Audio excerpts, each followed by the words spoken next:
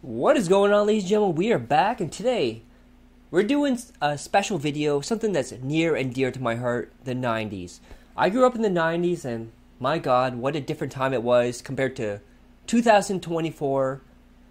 And man, there's a lot of good things, a lot of bad things, a lot more freedoms, a lot more expressiveness. People weren't fighting as much in some parts of the world. We're going to look at this. Fun facts about your favorite 90s foods. This is from Weird History Food. I believe we did a video before, the history of frozen pizzas, which you can watch on this channel. So we're going to watch this, have some fun, react to it, analyze it, and let's just do this. Let's see how many things I remember from this. In the 1990s, you might think of there's a things Chia like Pet. Star Wars prequels, The X-Files, and grunge rock. I loved it But all. Right there, Nirvana. alongside the movies, shows, and records of the decade, Oh, I remember all of it so far. memories Oh, of the Gushers. weird, eye-catching, and totally 90s things we used to eat. So, today we're going to take a look I love at everything so tasty far. tidbits about staple foods of the 1990s. All the Squeeze-Its. Before we get started, be sure to subscribe to the... Oh, I remember the Squeeze-Its. So it had a little top that you ripped off, and it had juice in it. And you would drink it, and then you could squeeze the bottle so you can get more juice in your mouth. Weird History Food channel. And after that, please leave a comment and let us go know subscribe what to other them. nostalgic food staples you would like to hear about. Okay, someone cue Oh, up Jerry Springer Springer. because this 90s lunch the Attitude is Era. served. They still have that today. Sunny Delight, or Sunny D if you're cool and somehow also still living in the year 1990. Yeah, and back then, they only had, the original flavor, the tangy flavor. Now they have, I think it's a strawberry flavor. It tastes like ass. I'm sorry, but I like the original Sunny D. Hell of a lot of sugar in it, though. That's the thing. You can get them from the dollar store now. You can go to Dollarama and pick them up. 1996 was invented in Florida in 1963. Of course it was. Only Florida would invent an orange juice substitute in a state that depends on oranges. Hell of a lot to of sugar, survive. though, like I But said. it didn't really take off until the 1990s, where popular commercials highlighted Sunny D's superiority to inferior drinks like Purple Stuff. OJ, purple stuff. Oh, Kool-Aid. I think that's supposed to be This was Kool-Aid. especially true in the United I Kingdom, love... where the drink Go back there to the fridge. Sunny D's superiority to inferior drinks like So back in the day, this is a tamer version of it. But there wasn't a lot of rules or regulations what you could put in commercials. For example, when Nintendo and Sega were around, they would have Nintendo and Sega in their ads, even if it was a negative thing. So back in the day, that purple stuff would be Kool-Aid. And you see that cola, obviously that's supposed to be Pepsi or Coke. Back in the 90s, you could put those in the commercials, and there wasn't really anything anyone could do about it. And it was an amazing time. Purple Stuff. They'd go back and forth, and the ads be so nasty to each other. This was especially true in the United Kingdom, where the drink became the 12th best-selling grocery product pretty much overnight. Sunny Delight was And in originally Canada, promoted too. as a healthy fruit drink that was like orange juice, if you mixed it with a few other drinks and watered it down with room temperature ice cubes. Vodka. But while it may have looked like orange juice, consumers would later Oh, there's discover it cola was again. closer to a soft drink. As more and more kids imbibed the bright orange beverage, however, a slightly more unnerving problem arose. In 1999, a toddler in Wales who drank Sunny D in large quantities began to turn yellow-orange. The skin color alteration was due to high levels of beta-carotene, the additive that gives Sunny Delight I didn't even know that was in there. hue. A spokesperson for the company Oh, there's argued Badlands that the child Chugs. just drank way too much of the stuff, and that the condition was harmless and would soon... I love Badlands Chugs as well.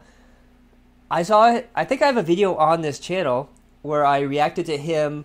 He had every single flavor of Prime Energy drink, the Logan Paul, KSI, whatever. And he got all flavors, even the Japanese ones that were not available. And he put them in the large wine glass. Imagine a regular wine glass, but 1,000 times bigger. And he just chugged that down. And I was like, how can your body handle that?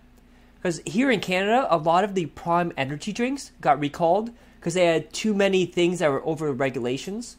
I want to say sugar or something else. I want to say calories, something like that. Where it was over the regulations and wasn't legally allowed in Canada, so they had to recall all that. Same with the Monster too. Certain flavors got recalled because it had too many over the regulations things. Return to normal. But people were understandably a little freaked out anyway. You can't just give a baby the complexion of a Simpsons character and not upset anyone.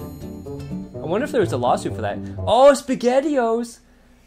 Oh man, this takes me back. That's the retro label. That was not in the 90s. In Canada, at least, it was different. They had like SpaghettiOs and tomato sauce all over the label there. SpaghettiOs. I remember this commercial, and that slogan, SpaghettiOs, was everywhere. Everyone was saying it. It was in TV shows and stuff. Pretty good. Campbell's. Oh, I remember having a lot of Campbell's soup as a kid too. They were really good. Anyone who lived in the same space as a microwave probably ate their weight in SpaghettiOs in the 90s. But despite their overwhelming Campbell's and Chef popularity in the Boyardee, decade rivals. of Friends and ER, the Campbell's Soup Company actually introduced SpaghettiOs in the market way back in 1965. Invented by Donald Gork, SpaghettiOs were created to be less messy than traditional spaghetti, which they kind of are, as long as you eat them with a spoon and not, like, your hands. In fact, early marketing material... because basically what they are is it's spaghetti, but they're shaped like Honey Nut Cheerios. So instead of having like the long pieces of spaghetti and you gotta get the fork and you gotta get that and you gotta make sure it doesn't get on your shirt because you're a slob like me, you just get a spoon, eat it up. You're probably still gonna get tomato sauce on your clothes because you're a slob like me. But it was so much easier, and then sometimes they had the meatballs in them like that too. Man, this brings me back for so much. Touted the canned pasta as the neat round spaghetti you can eat with a spoon. Interestingly, the famous catchphrase jingle, SpaghettiOs, was also part of the initial marketing. The relentless earworm was loosely based Rogers. on the I'm Falling in Love Again by Jimmie Rogers, who also Jamie sang Rogers, the jingle. sorry. Oh, okay. Bologna made with chicken, pork, and beef. Has it always been like that? Quality meat, no fillers? Oscar Mayer, maybe it's different in Canada, but I do not like bologna at all. To me, it has this weird taste to it, and I just can't get into it. It's almost like Spam. If anyone's eaten Spam, to me that's a disgusting taste.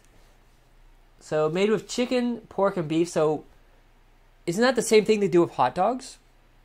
Because hot dogs basically is the leftovers from other meat mixed together and encased into a sausage casing.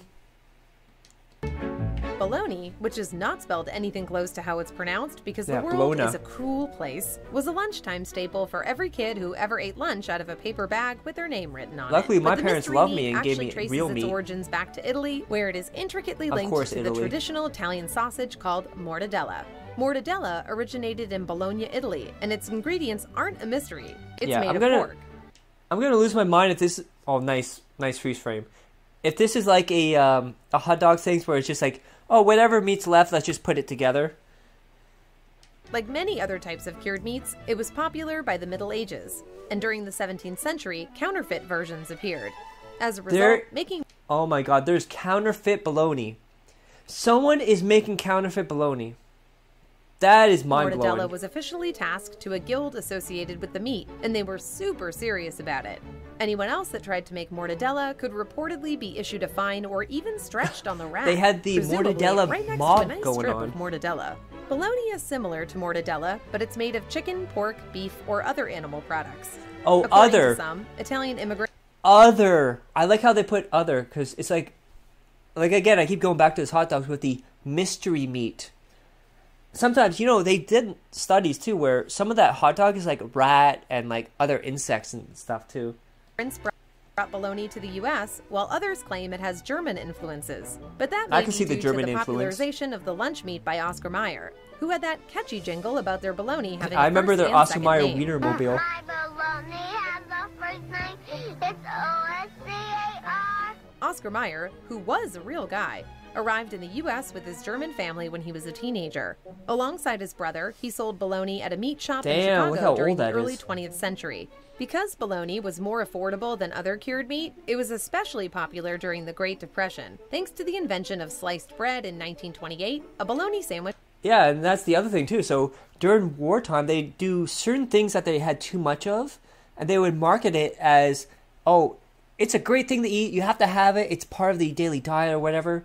That's what I think they did with World War II, where spinach, they were running out of different foods and stuff like that, so they promoted spinach as this great thing. It's healthy, it's nutritious, and then they pushed it out to the masses, when in reality, spinach has no actual value to it. It's supposed to be crunchy too, by the way. Which became a convenient and cheap way to eat. So, it was literally the greatest sliced meat since the invention of sliced bread. Oh, this is my jam. This is my jam right here, Hamburger Helper. I remember back in the day, my mom used to make this all the time. She would make the classic one, the beef noodle. And then as a teenager and adult, when I would get it, I would get like the cheeseburger, like that one there. There was the 4 cheese lasagna. There was, there's a bunch of, there's a spicy taco one or something like that. I freaking love Hamburger Helper. People in the 1990s loved Hamburger Helper. It provided an easy way for latchkey kids and brutally hungover adults to make a complete meal using only an inexpensive box of noodles and seasoning, and a pound of fresh to gently spoiled meat. But it actually came from an effort to combat rising... Yeah, and the other thing too is, you can cook it in the stovetop, or on the stovetop, or in the microwave, which is very convenient. ...meat prices and a general lack of supplies during the 1970s. Companies like Betty Crocker looked to make a buck helping people stretch their meat supply. Figuratively. But maybe also literally? Rationing was a weird time. This new aim towards thriftiness led to several new products. Of course, when it comes to making... Yeah, because that was, back in the day, like, they used to ration all the time.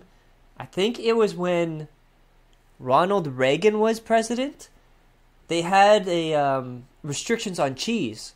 So as we saw in the video on this channel about the history of frozen pizza, people were starting making pizza and all this cheese and stuff, and they started looking into it and investigating frozen pizzas and whatnot, because they weren't buying the dairy from the farmers, so they had to put restrictions on what you could and could not buy, and it was all a whole thing. If you want to see that, go watch the video on the channel. There's a huge section on that. Meat lasts longer. The options are pretty limited. You can either freeze it or bury it in a time capsule, maybe. The only other thing you can do is make meat-centric dishes that use as little meat as possible. That's way too much liquid there, by the way. But just enough to make everyone vaguely sad. One of the methods they came up with was to mix the meat with noodles and other carbohydrates, which were more affordable. And it was in that spirit that Hamburger Helper was born. Put some bacon in there. As the name suggests, Hamburger Helper was a way to, well, help hamburgers. A hamburger assistance program, if you will. So weird. Except oh my god. You see that? It's so weird. Let me go back there for a second. That Hamburger Helper was born. Watch the hand in the back seat. Hamburger Helper was a way to... It's so... Oh, that's a bad freeze frame. It's so weird to see a hand actually attached to the glove there. Because nowadays, everything's like CGI and whatnot. But to actually see someone laying down in the back seat and CGI in a glove on top of them, that's crazy. Like back in the day, like in the 90s, this was cutting edge. This was the thing. But looking back at it, it's like, it didn't age very well. Help hamburgers. Like, look at him. Hamburger assistance program, if look you at will. laying down. Except the help in this instance was to help consumers feed their entire household using a relatively small amount of meat. But it also look at that offered video additional quality. perks. It was easy to prepare and only required one pan, making cleanup a breeze. And with the initial 5 Hamburger Helpers... Oh, stroganoff, remember that. Not the potato one, but like the creamy stroganoff. Chili tomato dinner, beef noodle, that's the goat right there. We got mashed dinner, rice oriental. I don't know about that name nowadays.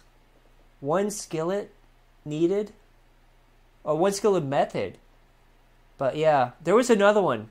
It might be a little bit more modern, where it's like a spicy taco. Delicious. But beef noodle, that's the goat right there. Being beef noodle, potato stroganoff, hash, rice oriental, and chili tomato, it offered enough variety to keep meals interesting. Today, there are more than 40 varieties. Yeah, look at that.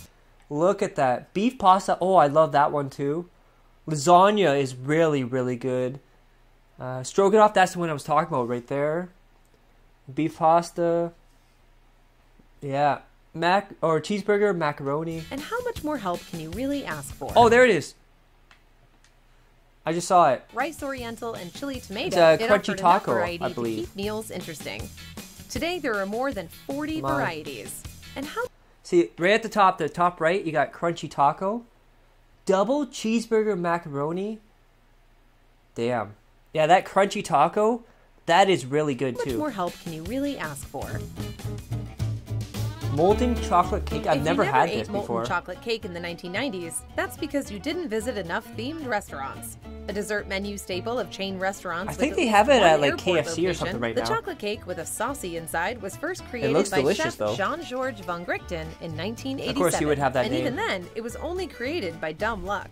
There were predecessors to the molten lava cake that resembled von Richten's, specifically one created by chef Michel Brasse of France as early as 1981. Inventor of but they weren't chaud de exactly the same. chocolat. Von Grichten's cake was the result of accidental underbaking, while Brasse developed more of a type of cookie dough with chocolate in the center. Yeah, if you see that, like there's two different ones there. One is a softer, one is a harder. I prefer the softer one. Like you get that soft, moist cake in there, and then you get like the filling coming out. Oh, that would be so good. I'm not a big fan of like hard chocolate. So when you have to like break it open, and then that doesn't look appealing at all to me, like that filling there. It looked like mud water. Wait, cookie dough? Where can we get that cake? Other potential molten chocolate cake that looks ancestors good include too. the tunnel of fudge cake made by the second-place finisher in a Pillsbury bake-off in 1966, and a more recent creation by chocolatier Jacques Torres in France. I love that in name, any Jacques case, Torres. hopefully mankind will continue to innovate and excel in the area of cakes that bleed chocolate like that elevator in The Shining every time you take a bite. Oh, God. Fish sticks. Oh, this is also my jam. When it was back in the day, it would be like the only seafood that I would eat. Yeah. I remember I'd put like ketchup or barbecue sauce on these. I would freaking love these. I remember whenever my mom goes grocery shopping and she picked these out and I see them in the bags, I'm like freaking out. Yes, fish sticks. Fish sticks. The great parental compromise for kids who won't eat seafood. These Yeah, there you breaded and go. fried strips of Poseidon's Bounty I hate were a regular seafood. fixture for many families in the 90s who spent time in the frozen food aisle. But they're quite a bit older than that and were created to help offload a bunch of ocean scraps.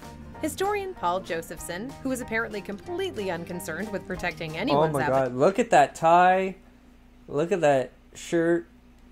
Why is his head not fit his body? Like he's got such a small head, but his body's like so wide. That's very off-putting. appetite, calls the development of fish sticks the result of a need to process and sell tons of fish that were harvested from the ocean, filleted, and frozen in huge So solid it's whatever's blocks. left over His then. article on the topic, which has the fantastic title, The Ocean's Hot Dog, The Development of the course. Fish Stick, highlights how the breaded slabs of pressed fish met the needs of fish suppliers Oh, as well fucking as a mayo. growing I consumer hate culture mayo. during the 1950s. But regardless of what they're made of, and it's mostly Alaska pollock for the record, fish That's sticks a lot of bring to fish. mind cafeteria lunchrooms and diners alike for many individuals who grew up during the 1990s. In one part of the U.S., however, fish sticks Long in Island, of professional course. hockey found a surprising and Oh, embarrassing. I remember.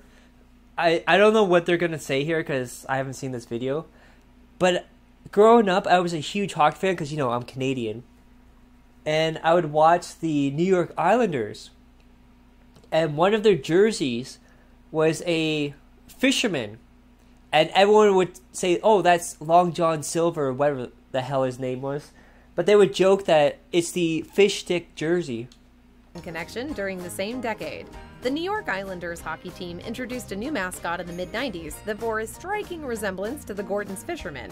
The mascot of Gorton's Seafood, Oh, they're not gonna who, show the among other jersey? things, produces a whole They bunch actu- of fish sticks. So They actually had a jersey that was yellow too, and had him on when there. they saw the new mascot, fans of opposing teams would start chanting, "We want fish sticks." Islanders fans also hated the mascot and created banners that said, "Fish sticks are for dinner, not our logo." The mascot wasn't actually inspired by Oh, they're not Gordon's. gonna show the It was a tribute jerseys? to the Billy Joel song, The "The jerseys were Downeaster awesome. Alexa," which the team felt personified the Long Island coastal experience. But apparently just made everyone think about fish sticks and not the Piano Man. Despite they are the delicious. negative reactions, the Islanders kept the mascot for more than Oh, 2 there we years go. before rebranding to their original logo in 1997. That's not the one I'm talking about. Salisbury steak. Oh, Salisbury frozen steak dinners. is typically associated with 1990s cafeteria lunches and 1950s TV dinners, and no other period. Now, I'm gonna have a hot take here. Salisbury steak, everyone seems to love it. To me, it's mid. It's like I've never had one that like blew me away. It's always been, it's okay. It's not bad. But there's never been a Salisbury steak that was like, oh my god, I can't wait to have this again. Like I've never had that In experience. between. It is a temporal anomaly of budget meal preparation. One taste of its signature mushroom and onion sauce will instantly transport you back to middle school during the Clinton administration. Maybe that's why I didn't like But it. I don't Salisbury like steak mushrooms. originated as a way of curing digestive issues during the 19th century, an exciting time in which gravy-soaked meat So they could make still you be shit considered yourself. medicine. Dr. James Salisbury was an American physician who Awesome was after name. a cure for chronic diarrhea. The cure wasn't for himself, though. It was So, Salisbury steak was created to help you go take a crap for your diarrhea. Okay, and it was used in for schools. the troops Okay, fighting then. the Civil War, which gives the Battle of Bull Run an entirely new meaning. So people As wait. part of his efforts, Oh wait. So people in the Civil War were crapping themselves all the time? So you have an entire army crapping themselves, running around with crap in their pants, fighting a war? That's dedication.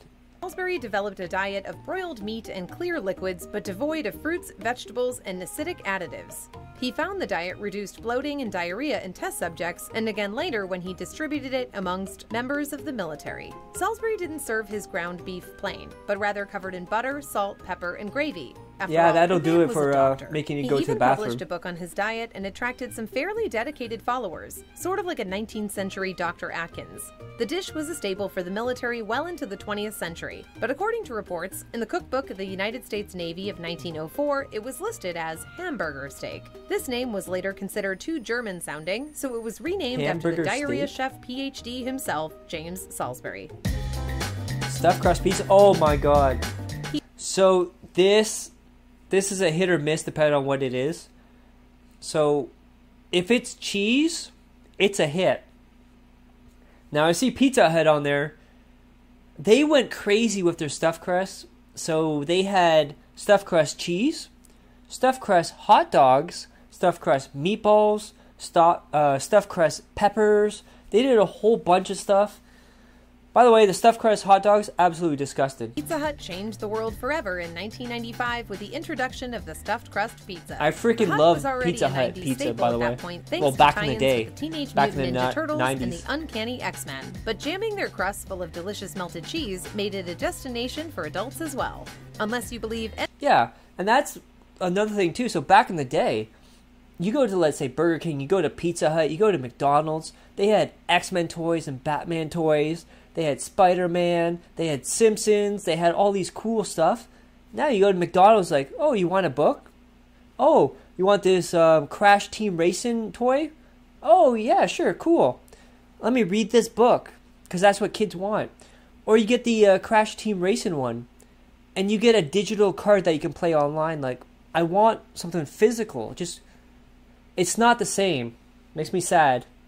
This generation will never grow up like the stuff we had in the 90s. Angelo Anthony Mongello, who claims to have patented the style New Jersey in pizza maker. 1987. The New Jersey pizza maker actually sued Pizza Hut over the incredibly valuable idea, but because his patent was for stuffing shells rather than for the style of crust itself, the suit was dismissed. When stuffed crust pizzas hit the market, the concept really took off. Around the world, delicious. people even started stuffing crusts with different fillings that reflected local palates. In Australia, Vegemite, made from yeast extract, Oh my god, you did not do that. Please, Australia. You did not put Vegemite in your crust. So, for anyone that's outside of Australia, that is one of the most disgusting things. They love it over there. But, especially us North Americans, if we try these, we have to start throwing up because it's absolutely disgusting. It's like their peanut butter over here. But yeah. Oh my god, in the crust? vegetable flavoring, and spices was stuffed into pizza crusts, while Hong Kong enjoyed crusts full of fish eggs. Oh Sure, my I god, guess you could fish do that eggs? to a pizza. No, God! And in Because I think I saw an article where anchovies was the most popular food item that people put on pizza, which I don't get that, but I guess that would make sense to put in the stuffed crust if it's that popular. Japan, stuffed crust pizzas with pockets of shrimp, sausage, camembert cheese, Okay, and that's mozzarella a little bit cheese overboard was there. introduced in 2015. Like we said, stuffed crust pizza changed the world. Kid cuisine. Oh, I love these too. Kid cuisine frozen dinners With were the- TV especially with dinners the, created specifically for kids in the 1990s. treat, the brownie? So much so that their mascots were a skateboarding penguin and a polar bear wearing sunglasses. They featured kid-friendly meals like pizza, chicken nuggets, hamburgers, and macaroni and cheese, alongside side And they were dishes surprisingly dessert. good for and while the, nutritional TV dinner. value, or lack thereof, immediately raised eyebrows, the brand developed a reputation for being a fast way for adults to feed their kids. So it thrived. Hey, it's cheaper than takeout, and that penguin looks like he's having a good time. Kid cuisine was particularly shrewd with its marketing. It didn't just appeal to parents' wallets. It aimed to lure kids in as well by participating in cross-promotions with popular Yeah, they kids had, like, movies, Shrek and like stuff. Oliver and Company, The Jungle Book, and The Swan Princess. Their commercials were also heavily geared towards children, as the company embraced what is known as the pester factor. Another thing they did too, if you notice, the trays are blue. So they would have the adults TV dinners as black, and then the kids as blue. So that way they would see the difference in them. Because the kids was a lot less food. That's why it's called kid cuisine. And they would market it towards kids so they can get away from it in advertising and whatnot.